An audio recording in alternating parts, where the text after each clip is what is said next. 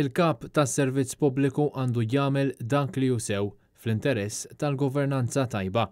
Hekk sostniet il-Kamra tal-Kummerċ b'messaġġ dirett indirizzat lejn il-kap taċ-ċivil Mario Kutajar wara l-aħbar li ħuh Aldo Kutajar l-eks konslu Malti għal Shanghai tressaq il-qorti akkużat b'ħasil ta' flus. Il-Kamra tal-Kummerċ fi stqarrija qalet li ma tistax tifhem kif raġel li kien instab ħati ta' frodi u kien kundannat b'interdizzjoni ġenerali reġa' ddaħħal fis-servizz pubbliku. Filwaqt li nnotat id-dikjarazzjoni tas-Segretarju Permanenti Ewlieni u ċertament mhux qed takkużah b'imġiba ħażina, il-Kamra tal-Kummerċ issostni li l-pubbliku jistenna li tittieħed azzjoni eżemplari u korretta. Għalkemm l-istqarrija ma tajx eżattament x'qed jintalab jagħmel il-kap taċ-ċivil, il-Kamra tal-Kummerċ ħeġġet lil Mario Kutajar biex jagħti l-eżempju tajjeb billi wettaq the right thing b'indikazzjoni ċara li għandu jwarrab.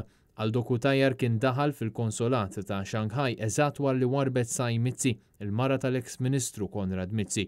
Aldo Kutajar u martu Isabel qed ikunu akkużati li kisbu proprjetà minn dħul li ġie minn attività kriminali u li wettqu ħasil ta' flus. Mill-villa tal-Kopja fin-Naxxar, il-pulizija ħadu oġġetti ta' valur inkluż arloġġi, xorb u affarijiet oħrajn. Ġew friżati wkoll diversi proprjetajiet. Kollox fis-sejfs tal-villa l-pulizija sabu $500,000 fi flus kontanti.